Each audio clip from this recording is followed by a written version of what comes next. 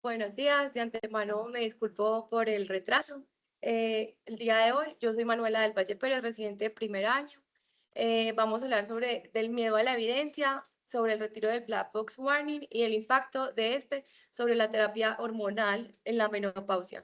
Me asesora la doctora Andrea Mejía, experta en menopausia. Muchas gracias por su asesoría.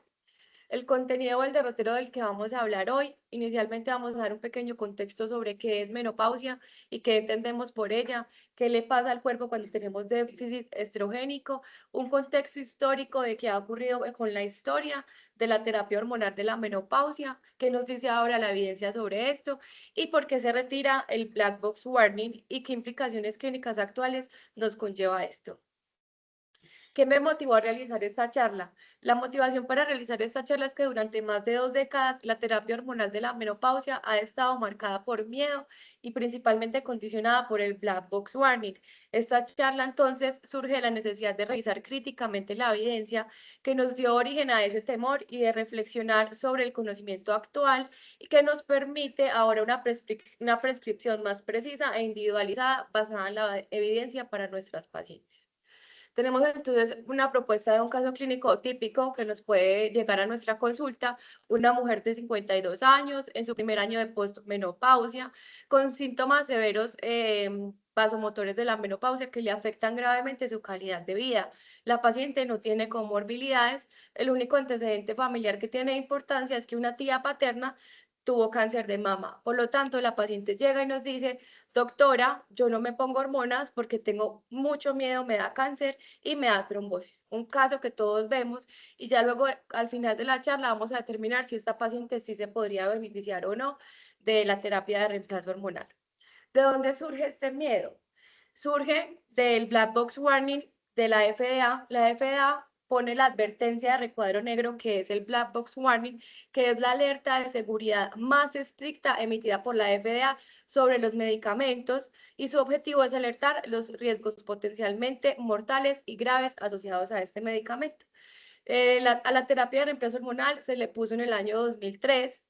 Tenemos que la puso para aumento de riesgo de SEA de mama, o sea, ellos dijeron, toda terapia de reemplazo hormonal se asocia a aumento de cáncer de mama, accidente cerebrovascular, tromboembolia venosa, infarto de miocardio y aumento de la demencia.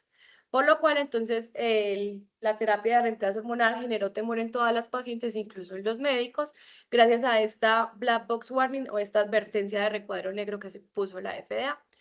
Entonces nos devolvemos un poquito a contextualizar qué es la menopausia para que entendamos bien qué ocurre.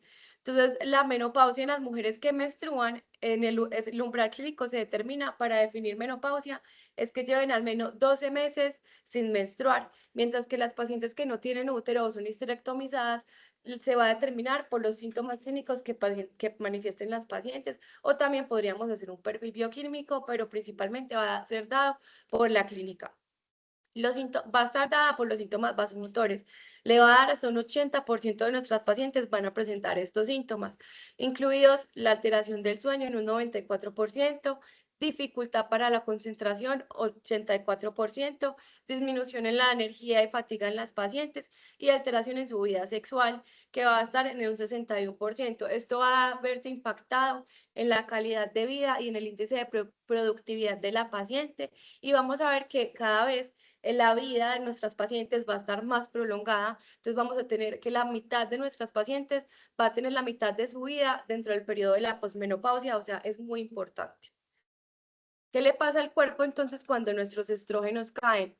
La menopausia no es una enfermedad, es un periodo de transición fisiológico normal, donde vamos a tener que nosotras las mujeres desde el periodo fetal vamos a tener una disminución progresiva de nuestros folículos. Entonces va a haber un agotamiento folicular ovárico progresivo. Este agotamiento folicular va a llevar a unos cambios hormonales clave donde se va a disminuir la inhibina B, inhibina A, el estradiol, aumento de la FSH hasta 15 veces, LH hasta 10, y esto no solamente ocurre en el ovario, también ocurre en el hipotálamo, donde se va a ver un envejecimiento neuroendocrino, donde vamos a tener cambios claves neuroendocrinos en nuestra paciente. Todo esto gracias al hipoestrogenismo. Entonces, ¿cuál es el impacto del hipoestrogenismo en una paciente?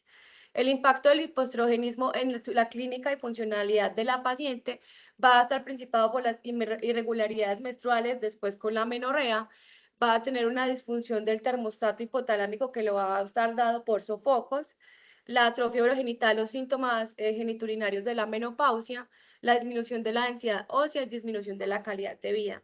También el hipoestrogenismo nos va a llevar a un aumento de la adiposidad central. Con esto nos va a llevar a un aumento en el riesgo cardiovascular y cardiometabólico, aumento de cáncer y aumento de demencia. En el cuanto de la salud ósea de la paciente, el hipoestrogenismo nos va a hacer que haya una mayor activación de osteoclastos y esto va a disminuir el balance regeneración ósea y degeneración de este.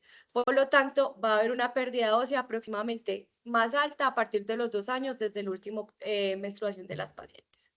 Y en cuanto a la salud cardiovascular, las pacientes van a tener más riesgo de presentar diabetes tipo 2, aumento en el perfil lipídico, aumentando los triglicéridos LDL, disminución del HDL y puede llevarse hasta una resistencia a la insulina si la paciente no tiene hábitos de vida saludable o no realiza ejercicio.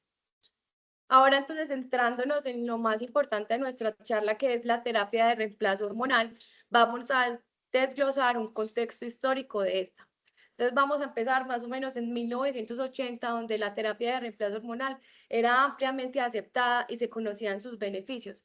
Tanto las pacientes como los doctores la prescribían altamente. Luego ocurrió un tope en la historia de la terapia hormonal que fue en el 2002, donde se publicó el estudio WHI, y a partir de este estudio surgieron alertas y muchas publicaciones alarmistas con los riesgos versus los beneficios de la terapia hormonal, donde la suscripción de esta y el uso de las hormonas cayó abruptamente.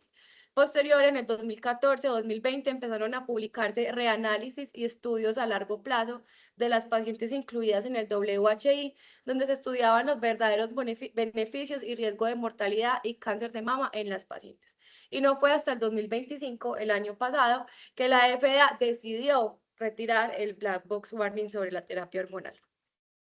Enfocándonos en cada uno de estos pasos importantes en la historia, empezamos antes del 2002 del WHI, donde se reconocía que la terapia de reemplazo hormonal era la más eficaz para mejorar los síntomas vasomotores de la menopausia, disminuyéndolos hasta un 70% en las primeras semanas de su uso, con otros beneficios, no solamente los mejoría en síntomas vasomotores, reduciendo el riesgo de mortalidad, reducción de enfermedades cardiovasculares, aprobada para la prevención de osteoporosis y reducción de riesgo de fractura de cadera y columna. También beneficios en el perfil lipídico, control glicémico y disminución a la resistencia a la insulina.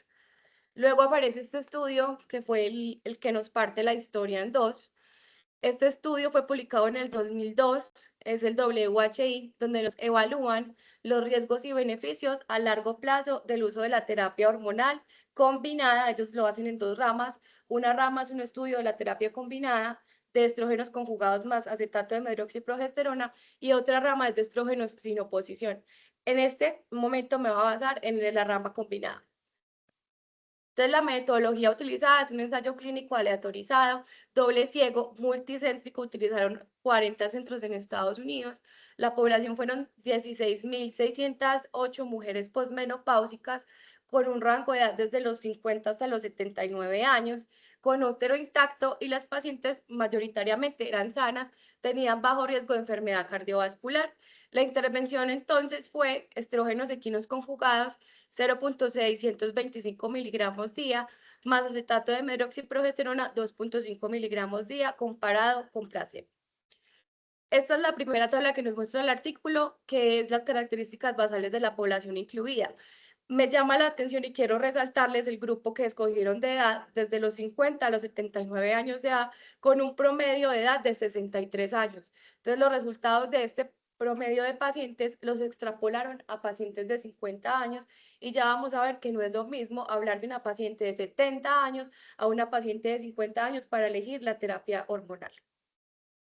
Entonces, en los resultados que ellos nos muestran, tenemos que en cuanto al riesgo cardiovascular, el WHI nos dice, tiene la terapia hormonal combinada tiene 29% más riesgo cardiovascular. Riesgo de mortalidad por enfermedades cardiovasculares, más del 18%. Tienen riesgo de tromboembolismo venoso. Ellos dijeron que era un 111% más riesgo de tromboembolismo venoso. Dijeron que para TEP, dijeron que tenía un 113% más de riesgo de presentar tromboembolismo, pues TEP en las pacientes. En cuanto a cáncer de mama invasivo, dijeron que tenían 26% más de riesgo. Y el riesgo global dijeron que era 15% más para toda la que utiliza la terapia de reemplazo hormonal. Los únicos factores protectores que encontraron ellos y describen es que para el cáncer colorectal disminuía el riesgo y para la osteoporosis también. Entonces, con todas estas publicaciones tan alarmantes, pues la FDA dijo, no, esto está muy grave, con un aumento del tromboembolismo, acá lo vemos en estas gráficas, del 113, del 26% en SEA de mama, en la enfermedad coronaria aumento del 29%, en el riesgo de accidente cerebrovascular isquémico 41%, lo único beneficioso, como les había mencionado, es el colorectal y riesgo de fractura con un 37 y 34%. La FDA, entonces, este estudio estaba planeado realizarlo por 8.5 años, pero realmente se realizó por 5.2. Se paró abruptamente porque dijeron, el riesgo es más alto que el beneficio, paremos el estudio. Entonces la FDA posterior a esto dijo, no, tenemos que poner una alerta sobre este medicamento porque los riesgos son más altos que los beneficios. Entonces colocaron el recuadro negro en el 2003, diciendo que todas las terapias de reemplazo hormonal tenían estos riesgos para las pacientes.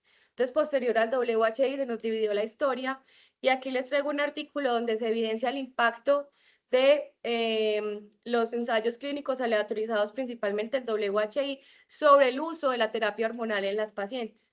Dentro de los 3 meses siguientes a la publicación del WHI, se cayó el uso y la prescripción de la terapia hormonal del 12.5 al 9.5%, siendo estadísticamente significativo. Y entre las mujeres de los 55 a 64 años de edad, del 18 al 11%, cayó abruptamente, como lo podemos ver en esta gráfica, cayó para el uso de cualquier tipo de estrógeno o cualquier tipo de terapia hormonal en las pacientes.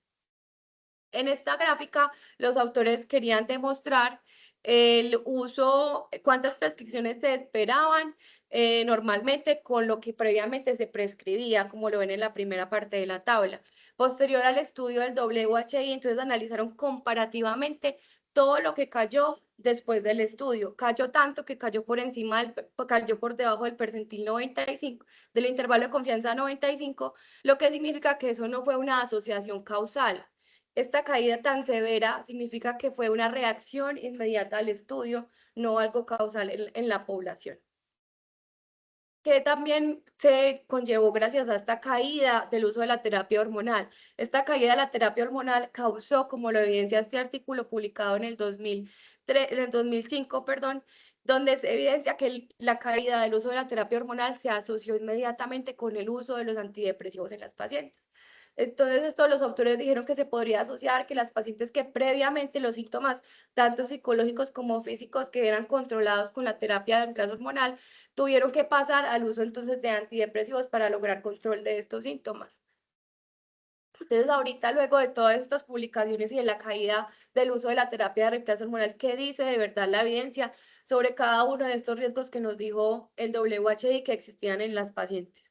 Primero les quiero traer este estudio sobre la prevalencia y lo importante que les había dicho que era tener en cuenta la edad de las pacientes.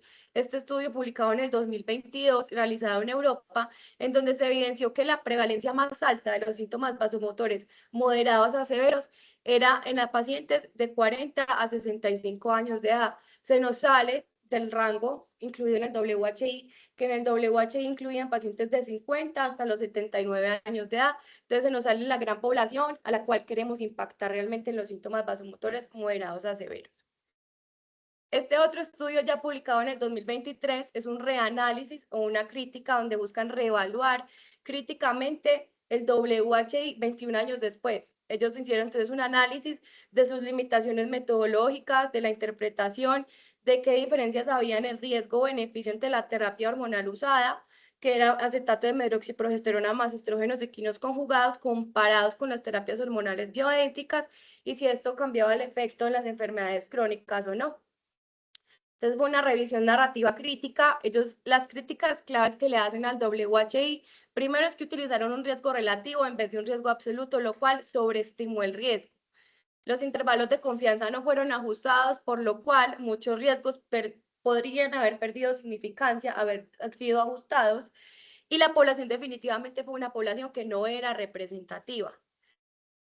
Entonces, esta tabla en donde nos muestra que ellos comparaban la terapia hormonal combinada en el WHI versus las terapias bioidénticas, donde nos muestra que el acetato de meroxiprogesterona y los estrógenos equinos conjugados definitivamente sí aumentaban el riesgo de SIDA de mama, pero comparado con un estrógeno más progesterona o estrógeno más progesterona natural micronizada, era un riesgo neutro, no nos aumentaba el 26% que ellos nos decían. En cuanto al riesgo de SIDA colorectal, ya decíamos que era un efecto protector para cualquiera. Para el riesgo de enfermedad cardiovascular, encontraron que el estrógeno más progestina bioidénticos tenía un OR de 0.68, un factor protector para las pacientes, ya no era tan riesgoso como el que nos había mostrado el WHI. Y en cuanto a la salud ósea, también habíamos identificado que era factor protector. Entonces vemos que el problema central del artículo fue que se generalizó erróneamente todos los resultados a toda la terapia de reemplazo hormonal y que hay diferencias según el tipo de hormona que vamos a utilizar. Entonces, encontrando que la progesterona micronizada tiene menos riesgo de SIDA de mama, tiene un riesgo neutral para el riesgo tromboembólico y cardiovascular y que tiene efectos metabólicos y lipídicos más favorables. Aún así, de que se empezó a publicar pues estos resultados de que ahora aparecía una luz en el camino, siguen estando controversias en cuanto a la terapia de reemplazo hormonal. ¿Es segura en las pacientes? ¿Importa entonces la vía de administración? ¿Y qué riesgo de SIDA de mama hay verdaderamente con la terapia? Entonces, para hablar del perfil de seguridad, les traigo como primer artículo este artículo, que es un reanálisis, es tomado de las pacientes o de los ensayos clínicos atelorizados del WHI a largo plazo. Hasta el 2014 se analizó y se buscó si la mortalidad total acumulada por causa específica durante la intervención o durante el seguimiento a largo plazo era de verdad, se aumentaba o no con el uso de la terapia hormonal. Entonces ellos utilizaron las dos ramas del WHI, que era el de solo estrógeno sin exposición y el de acetato de medroxiprogesterona más estrógenos. Entonces ellos, el resultado más grande en cuanto a mortalidad a largo plazo, dijeron que la mortalidad por todas las causas en general con terapia de reemplazo hormonal era 27.1% y con placebo 27.6%. No fue un hallazgo estadísticamente significativo, no se asoció entonces aumento de la mortalidad. Y si lo dividíamos en ensayos individuales, encontraron que la terapia combinada lo aumentaban en 26.4% y placebo en el 26%. Entonces, realmente el hallazgo tampoco es significativo y tampoco nos da un impacto en la mortalidad.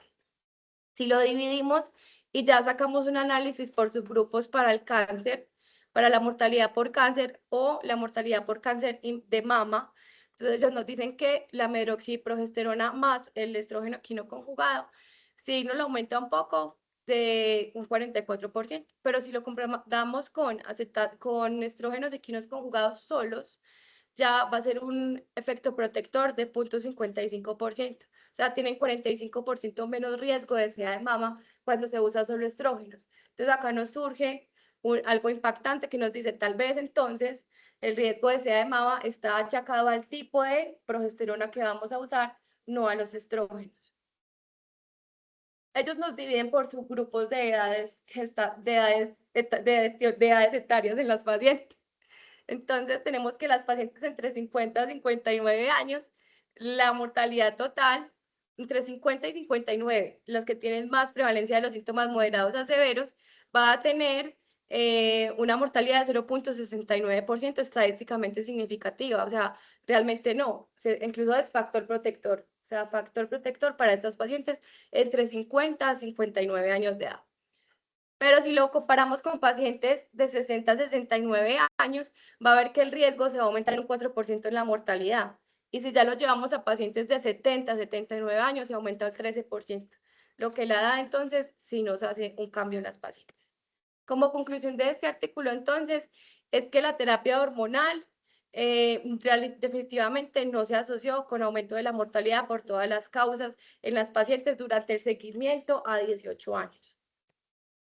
Este otro artículo, el KIPS, este estudio nos busca evaluar si realmente iniciar la terapia de reemplazo hormonal durante los 3 primeros años de la menopausia en mujeres sanas reducía el riesgo de progresión a aterosclerosis o si hiciera segura a nivel cardiovascular y metabólico. Entonces ellos hicieron un ensayo clínico aleatorizado, incluyeron mujeres sanas entre 42 a 58 años durante los primeros años de la menopausia, sin enfermedad coronaria, calcio coronario basal bajo, se tenían bajo riesgo para el desarrollo de la enfermedad. Y entonces en esta tabla vemos que comparan los grupos placebo, abajo tenemos entonces los estrógenos equinos conjugados orales y la terapia transdérmica con 17 beta-estradiol. Vemos que todos tienen un riesgo basal de enfermedades cardiovasculares similar, 5.5, 6.5 y 6.8 para cada uno de los grupos. A un seguimiento de 48 meses se encontró que el riesgo cardiovascular en el grupo placebo aumentó al 14%, el de los estrógenos orales un 7% y el de los estrógenos transdérmicos aumentó un 11.7%. Entonces, ¿qué rescatamos de aquí? Que la terapia de reemplazo hormonal tenía menos riesgo cardiovascular que las pacientes que estaban con el grupo placebo. O sea, tenemos un efecto beneficioso de la terapia hormonal. Este otro artículo, este mismo artículo, la otra tabla, nos muestra los efectos sobre el perfil lipídico, donde nos muestra que los efectos en el perfil lipídico son favorables, por ejemplo, para el colesterol total, con una mejoría de colesterol total para los estrógenos orales y los transdérmicos, mejoría para el LDL también y una mejoría, un aumento en el HDL para todos. El único que se diferencia son los triglicéridos, que el único que me mejora el perfil en triglicéridos es el estrógeno transdérmico. Ahora, entonces, este otro artículo que les quería mostrar era otro beneficio que el WHI nos había planteado, era el riesgo de fractura. Entonces, el potencial alto que tienen nuestras pacientes con el hipoestrogenismo de presentar osteoporosis. Entonces, realmente sí hay evidencia de que reduzcan las fracturas y aumenten densidad mineral ósea. Sí, sí lo hay. Y es este artículo del 2003, publicado, en donde les muestro estas fracturas, estas gráficas, donde se muestra que el riesgo de fractura en la cadera es menos, se disminuye en 33%, en el de los brazos se disminuye la fractura un 29%, en las fracturas vertebrales un 35% se disminuye, el riesgo total de fractura se disminuye un 24%, o sea, sí es un factor protector para osteoporosis. Y en cuanto a densidad mineral ósea, ¿aumenta o no la densidad mineral ósea al uso de la terapia hormonal? Entonces acá no está graficado en en esta imagen que les presento, es un seguimiento a 3 años del aumento de la densidad mineral ósea con las pacientes que usan estrógeno más progestágeno en la línea verdecita, donde vemos que en la cadera aumenta la densidad mineral ósea a 3 años un 4%. Y en la columna aumenta la densidad mineral ósea entre un 6 a un 7% en las pacientes a un seguimiento de 3 años. Entonces, realmente esto nos demuestra que aumenta la densidad mineral ósea y nos reduce el riesgo de fractura, siendo un efecto también favorable para el uso de la terapia hormonal en las pacientes. Ahora la otra pregunta grande era, ¿importa la vía de administración o no? ¿Nos cambia algo en nuestro impacto con las pacientes? Sí importa la vía de administración y vamos a empezar con este artículo. Este artículo lo que busca es resumir toda la evidencia actual en cuanto al uso de terapia de reemplazo hormonal y mujeres con factores de riesgo para tromboembolismo venoso y buscar si algunos de los diferencias de los vías de administración tenían más riesgo o no asociado a los factores de riesgo que tuvieran las pacientes para desarrollar tromboembolismo venoso. Este artículo fue publicado en el 2025, es evidencia muy actualizada. Entonces tenemos evidencia acá tenemos en este lado de acá todos los factores de riesgo para que una paciente presente tromboembolismo venoso y en la otra columna aquí tenemos entonces todos los tipos de los métodos hormonales utilizados. Entonces tenemos señaladito en naranja el estrógeno combinado de medroxiprogesterona más estrógenos conjugados, donde vemos que en todos se aumenta el riesgo de tromboembolismo venoso. Pero si lo comparamos con estrógenos transdérmicos solos y estrógeno transdérmico más progesterona micronizada, el riesgo va a ser no significativo, o sea, no se aumentó el riesgo de tromboembolismo venoso, donde el WHI nos había dicho que era un 110% más, pero solamente con el método hormonal que ellos mostraron. Ahora, estrógeno transdérmico y progesterona micronizada no nos aumentaba ese riesgo. Entonces, el riesgo se concentra realmente en la terapia oral de los progestágenos sintéticos. El estrógeno transdérmico solo con progesterona definitivamente no muestra un riesgo significativo y era considerado seguro. Otro artículo, entonces, para el riesgo de ACV isquémico en las pacientes. Entonces, esto fue un estudio de casos y controles sobre el ACV isquémico en mujeres francesas del 2009 al 2011, donde también compararon la vía de administración de los estrógenos. Entonces, se encontró que los estrógenos orales versus los estrógenos transdérmicos tenían los orales un aumento de riesgo asociado dosis dependiente. A mayor dosis, mayor riesgo de, mientras que los estrógenos transdérmicos no mostraron aumentar el riesgo de presentar un ACV isquémico en las pacientes.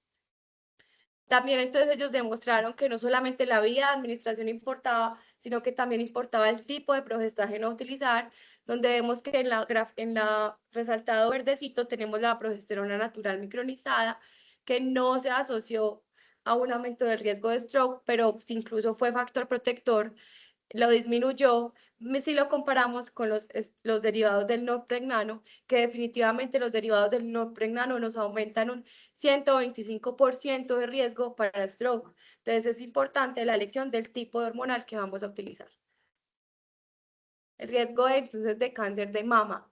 Entonces, esto es muy importante tenerlo en cuenta porque es algo de lo que más temor le genera a nuestras pacientes. Entonces, este artículo también es sacado a partir de las pacientes del WHI, un seguimiento a largo plazo hasta el año 2017, donde ellos buscaban, al buscar la asociación entre el uso previo de progestágeno solo con de progestágeno más estrógenos o estrógenos solos, si se aumentaba con la incidencia y mortalidad del SEA de mama invasivo. Entonces podemos ver en esta gráfica, en este Kaplan-Meier inicial, donde les muestro que las líneas amarillas son las pacientes que son tratadas con la terapia hormonal combinada. La línea amarilla continua es las que son con la terapia y la línea discontinua es las que tienen placebo. Entonces vamos a ver que definitivamente con esta terapia hormonal combinada de acetato de medroxiprogesterona más estrógenos equinos conjugados, la mortalidad y la incidencia de SEA de mama a largo plazo aumentó. Pero si lo comparamos con la otra rama del estrógeno solo, que es la rama azulita, vemos que la línea continua, comparado con el placebo, la línea continua de las pacientes que recibieron estrógeno solo estaba más baja, o sea que el uso de estrógenos solos sin progestágenos vimos que incluso fue un factor protector o disminuyó el riesgo y la incidencia de SEA de mama a largo plazo. Ahora, este artículo que es del 2026, que es más reciente todavía, este artículo es un consenso de expertos, es una revisión narrativa de toda la evidencia que existe para revisar y recopilar la evidencia respecto del uso de la terapia hormonal, tanto vaginal como oral, después del SEA de mama y desarrollar un consenso de expertos si se recomienda o no en una paciente si tiene riesgo de SEA de mama o la paciente que tuvo cáncer de mama ya preestablecido. Entonces, ellos son claros y enfatizan en que no existen ensayos clínicos aleatorizados que respondan directamente a la pregunta de si la terapia de reemplazo hormonal es segura después del SEA de mama, pero ellos después de revisar toda la evidencia disponible llegaron a las siguientes conclusiones. Entonces tenemos estas gráficas, que la gráfica de la derecha de ustedes, la que es con grises, nos representa el riesgo de desarrollarse de mama en una paciente previamente sana con el uso o no de terapia de reemplazo hormonal. Entonces tenemos en la primera gráfica arriba, en la gris, las pacientes que no usan terapia hormonal van a tener de 1000 mujeres, 23 van a desarrollarse de mama en 5 años previamente sanas sin factores de riesgo incluidos. Entonces, es un riesgo de 2.3%. Si le sumamos a estas pacientes entonces sanas la terapia de reemplazo hormonal conjugada, vamos a tener que el riesgo se va a aumentar a un 2.7% a los 5 años. Vemos que no es un hallazgo que sea muy elevado o que sea muy preocupante. Si fuera solamente estrógenos, el riesgo disminuye a 1.9%. Entonces también vamos viendo que los estrógenos solos realmente nos disminuye el riesgo de o la incidencia. Pero si las llevamos ya al caso de que la paciente ya presentó un SEA de mama, o sea, después de un SEA de mama, ¿qué ocurre entonces con estas pacientes? ¿El riesgo se aumenta, no se aumenta? Entonces, el riesgo se debe dividir sobre el riesgo que la paciente tenga basal de recaída. Entonces, hay pacientes que tienen riesgo basal moderado de recaída, que es un riesgo del 14%, y es la primera gráfica que les presento de colorcitos. Entonces, las pacientes que tienen riesgo moderado de recaída, se va a dividir si no utilizan terapia hormonal versus si iniciamos terapia de reemplazo hormonal. Entonces, si no utilizamos terapia de reemplazo hormonal, en total van a, de 1000 pacientes, 138 en 7 años van a tener una recaída. Las recaídas se van a diferenciar por subgrupos. Entonces, puede ser una recaída de metástasis, que es el color rojo, puede ser una recaída local, que es el color rosado, y puede ser una recaída contralateral, un SEA de mama de nuevo en la mama contralateral, el color amarillo. Entonces, para una recaída distante o de metástasis, 50 pacientes van a hacer metástasis o van a recaer en metástasis, 58 van a recaer en local y 22 en mama contralateral. Estas son las que no reciben terapia. Si lo comparamos con las pacientes y les damos terapia de reemplazo hormonal con un riesgo moderado basal de recaída, se va a aumentar a un 200 por cada 1000 pacientes.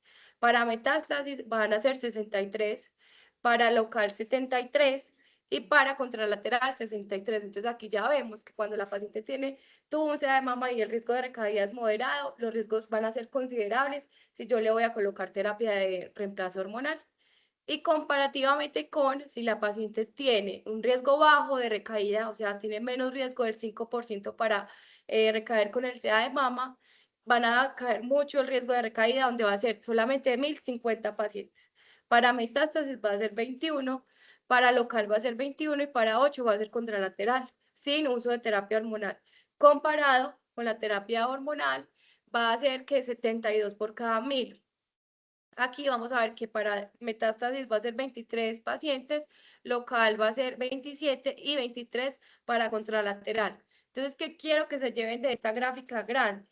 El riesgo basal de aumento de SEA de mama en una paciente previamente sana, sin factores de riesgo, es bajo si yo le pongo terapia de reemplazo hormonal.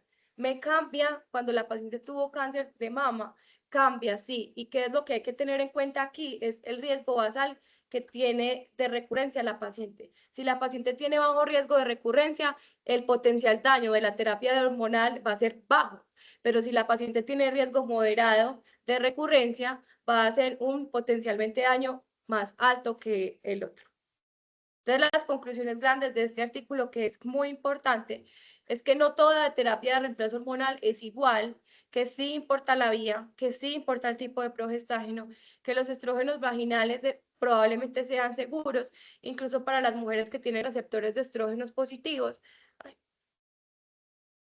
que tienen receptores de estrógenos positivos cuando fallan las terapias no hormonales.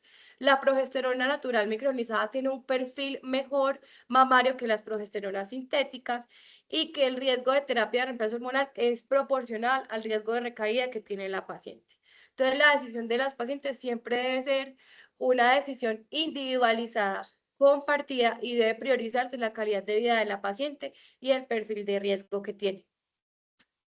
Después de todas estas publicaciones que se hizo al respecto de cada uno de los potenciales riesgos de la terapia de reemplazo hormonal, entonces, ¿qué postura tienen las asociaciones al respecto? Las asociaciones ya desde el 2017, la Sociedad Americana de Endocrinología nos decía, lo podemos hacer, hay que individualizar el tratamiento, es mejor el estrógeno transdérmico, la progesterona tiene un perfil de seguridad mejor, la progesterona natural micronizada. Luego, ¿qué nos dijo la Sociedad Norteamericana de Menopausia en el 2022?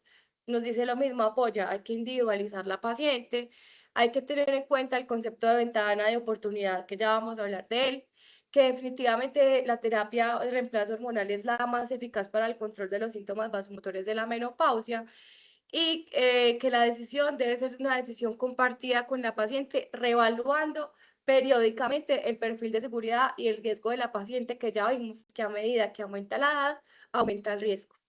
Y la asomenopausia, la Sociedad Colombiana de la Menopausia, nos dice que en el 2021, que también individualizamos el riesgo, apoya lo que dicen las otras sociedades, pero nos dice y nos recalca que la terapia hormonal transdérmica es la vía actualmente más, pues, la ideal. Entonces, si no hasta el 2025, después de que hubo toda esta evidencia, solamente hasta el 2025 se retiró el Black Box Warning de la terapia hormonal de la menopausia. No es que se sepa algo nuevo, porque ya vimos que la evidencia viene desde el 2014, sino que es que ahora se aceptó que definitivamente se había interpretado mal. Entonces, el retiro del Black Box Warning por parte de la FDA representó un reconocimiento oficial de que la terapia de reemplazo hormonal, cuando se indica en la mujer adecuada, con el esquema adecuado, no representa un riesgo generalizado como se había evidenciado en el WHI, sino que ahora tiene un perfil de seguridad más favorable para la paciente. ¿Qué significa entonces esto para nosotros en nuestra práctica clínica? Que nos va a cambiar. Entonces aquí surge el gran concepto de la ventana de oportunidad. Entonces la ventana de oportunidad son los primeros 10 años de la menopausia, las pacientes desde los 50 a los 60 años de edad, donde la terapia hormonal iniciada en este momento de las pacientes mujeres sanas, recientemente menopáusicas, es segura, representa una relación de riesgo-beneficio favorable, y a partir de esto, entonces la Sociedad Española para el Estudio de la Menopausia publicó los criterios de elegibilidad para el uso de la terapia hormonal en las mujeres con condiciones médicas. Estos criterios de elegibilidad fueron publicados en el 2021. Entonces, el objetivo de ellos era definir a quién vamos a dar criterios de elegibilidad a población general y según cada una de las poblaciones específicas de las pacientes, para quién era apto o no darle terapia de reemplazo hormonal. Lo subdividieron en 4 categorías. Categoría 1 es que no hay restricción ninguna para el uso de la terapia hormonal. Categoría 2 es que las ventajas superan los riesgos. Categoría 3, los riesgos superan los beneficios. Y la 4, no se recomienda usar terapia hormonal. En este código QR les traigo los criterios de elegibilidad dados por la Asociación Española, ya que se sale el tema de la charla, del grueso de la charla, pero quiero que los tengan presentes porque en esto es que nos vamos a basar para ver si nuestra paciente es candidata o no para el uso de la terapia hormonal.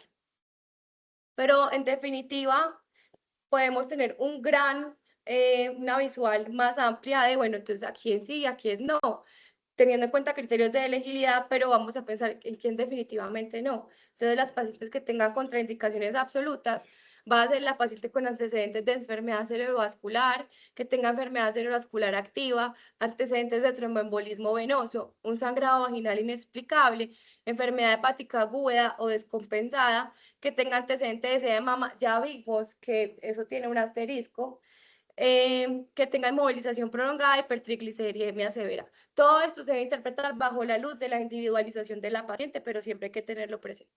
Las relativas es que tiene un mayor riesgo de SEA de mama con asterisco, mayor riesgo de enfermedad cerebrovascular en la migraña con aura y enfermedad activa de la vesícula biliar. Entonces, traigo un algoritmo como propuesta de cómo entonces vamos a enfocar la paciente posmenopáusica con síntomas vasomotores de la menopausia. Entonces, vamos a determinar si nuestra paciente es indicada para el uso de la terapia hormonal. Nos preguntamos, ¿está dentro de la ventana de oportunidad? ¿Tiene bajo riesgo de SEA o enfermedad cardiovascular? La tiene indicada. Entonces, luego me pregunto, ¿mi paciente tiene útero o no? Si tiene útero, debe utilizar terapia hormonal combinada para utilizar el beneficio de los progestágenos para hacer protección endometrial. Entonces, si yo voy por el camino de terapia oral, terapia hormonal combinada, entonces debo tener en cuenta de que los estrógenos orales y los estrógenos transdérmicos son mejores, que la progesterona natural micronizada también tiene un mejor perfil de seguridad. Y si me quedo con el que la paciente no tiene útero, pues puedo utilizar terapia de estrógenos únicamente, pues sin oposición. Si mi paciente se sale de la ventana de oportunidad, tiene más de 60 años o tiene más de 10 años con la menopausia, tiene riesgo moderado de SEA o enfermedad cardiovascular, pero yo considero que la paciente se beneficia más del tratamiento que el riesgo, puedo brindarlo. Entonces, lo mismo, pregunto si tiene útero o no y escojo la terapia más ideal para la paciente. Si la paciente tiene contraindicaciones, entonces me voy para la ramita de terapia alternativa. También no les traigo las terapias alternativas, pero es importante que lo sepamos, que existe esta opción. Y si la contraindicación es el SEA de mama, se nos divide en dos ramitas. Si el SEA de mama es con receptores hormonales positivos, definitivamente no. Si el SEA de mama es con receptores hormonales negativos, lo puedo considerar dentro de los criterios de elegibilidad de la Asociación Española, es un categoría 2. Entonces volvemos al, ¿tiene útero o no? Y le brindamos la consejería a nuestra paciente. Mensajes para llevar entonces a casa. El WHI no es un estudio que estuvo mal realizado, sino que lo interpretamos mal. El Black Box Warning transmitió un mensaje uniforme para riesgos que no eran uniformes. La terapia hormonal es uno de los tratamientos más eficaces para aliviar los síntomas de la menopausia y que los beneficios van más allá de tratar los síntomas vasomotores y genitourinarios, sino que tiene riesgos favorables para perfil metabólico, cardiometabólico, perfil salud ósea en nuestras pacientes, que los riesgos siempre se deben analizar en el contexto y las comorbilidades de cada paciente, y en mujeres definitivamente que son sanas, menores de 60 años, dentro de los primeros 10 años de la menopausia, es una paciente que es una excelente candidata para la terapia hormonal. Por lo que nos devolvemos a nuestro caso clínico, nuestra paciente de 52 años sana, con síntomas que le afectaban severamente su calidad de vida. Esta paciente es una paciente que podemos tumbarle todos estos mitos y miedos, asesorarla e indicarle que la terapia de reemplazo hormonal en ella está indicada, es segura y es eficaz. Traigo por último este mensajito de Michelle Obama, donde nos dice que en los cambios, los altibajos y en las transiciones hormonales hay poder. Sin embargo, nos enseñaron a sentir vergüenza de ello, a no intentar siquiera comprenderlo ni explorarlo para nuestro propio crecimiento, mucho menos para acompañar a la siguiente generación. Nuestro trabajo es para acompañar a cada una de nuestras pacientes en cada una de las etapas de la vida. Podemos informar, educar a nuestros pacientes que la terapia hormonal en la paciente indicada es segura, eficaz y beneficiosa para la paciente.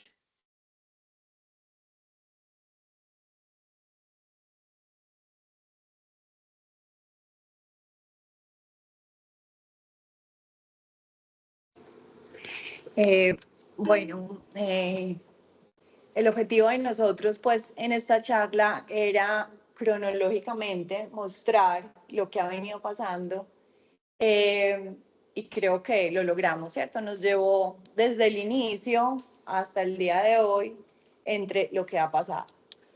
Y este retiro del Black Box Warming, digamos que, como decía Manuela, no es que eventualmente nos cambie lo que ya hemos venido haciendo, los que nos gusta el tema, digamos que nos hemos ido educando en estos reanálisis, sino también, sobre todo para las pacientes, porque retirar este Black Box Warning es que en los insertos del medicamento no va a salir todo eso que decía, esto le aumenta el cáncer. No sé si les ha tocado o luego verán que hay pacientes que dicen, doctora, lo que usted me mandó, yo estoy leyendo ¿cómo me lo entonces vuelve a jugar la educación, más lo que ella lee, más lo que ahora preguntarán en, ¿cierto? En ChatGPT, etcétera, en Internet. Entonces eso va a hacer que, digamos que de manera más confiable o más tranquila, ellas reciban una terapia. Entonces, yo creo que el objetivo lo cumplimos. Hoy con todo lo que vemos ahí podemos dar un parte de tranquilidad, sobre todo de la seguridad que nos traen estas terapias. No sé si alguien tenga una pregunta o los que están conectados, si quieren algún comentario.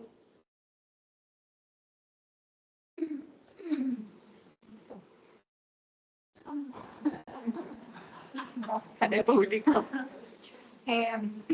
Una pregunta, pues hablamos como de estrenos como tal, pero cuando hablamos de tibolona, como, pues como las recomendaciones de estos pacientes, porque la hemos visto como en aquellas que tienen densidad marea alta o tal vez algún antecedente familiar de ese de mama en primer grado, entonces también como serían las recomendaciones para ello.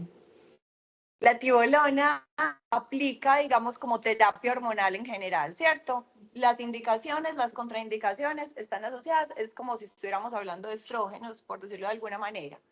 Digamos que el componente de la tibolona tiene, en un mismo medicamento tenemos el opositor, o sea, tenemos el estrógeno, tenemos la progesterona y adicionalmente tiene un componente androgénico que puede ser útil en pacientes quienes su principal síntoma, ¿sí?, no sean necesariamente los síntomas vasomotores, sino los sexuales, ¿cierto? Entonces, digamos que la principal indicación de la tibolona podría ser esto, que si tú mides, acuérdense que cada paciente tiene varios síntomas, pero unos predominan sobre otros, esa podría ser una opción, ¿cierto? Se le podría dar a pacientes con y sin útero.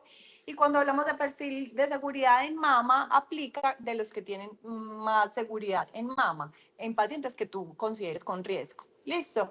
A veces en las pacientes que tienen aumento de la densidad mamaria la podríamos utilizar, pero también una progesterona natural micronizada puede ser segura en mama, pensando que acuerden que cuando hablamos de perfil de seguridad no estamos hablando del estrógeno, o sea, puede ser independiente del estrógeno, estamos hablando de la progesterona.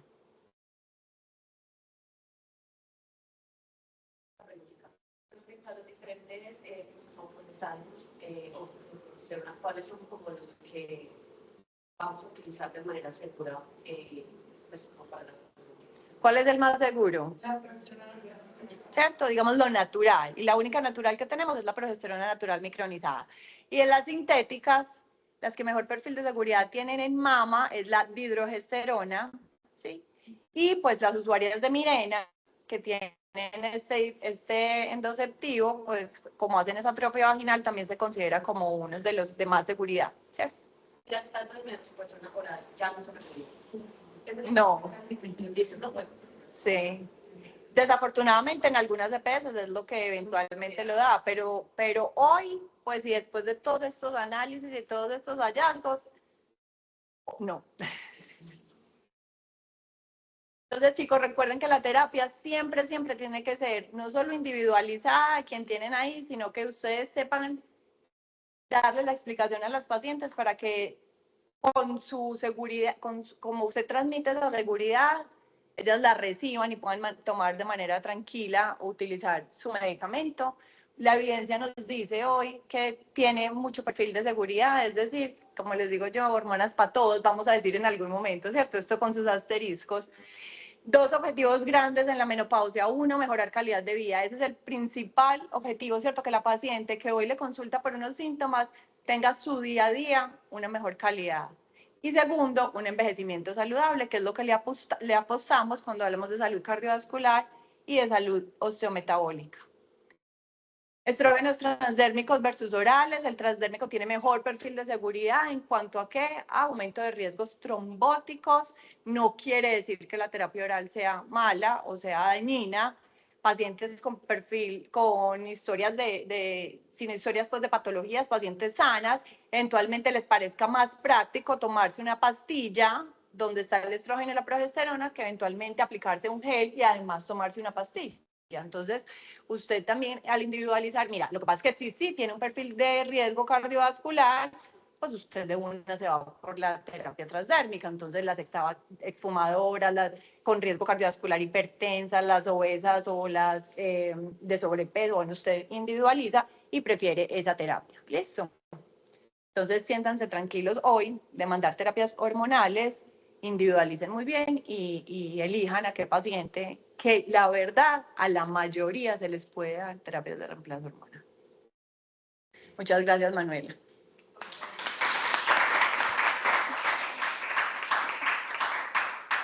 Bueno, a todos los que están conectados, muchas gracias. Ya damos por terminadas la actividad académica. Feliz día.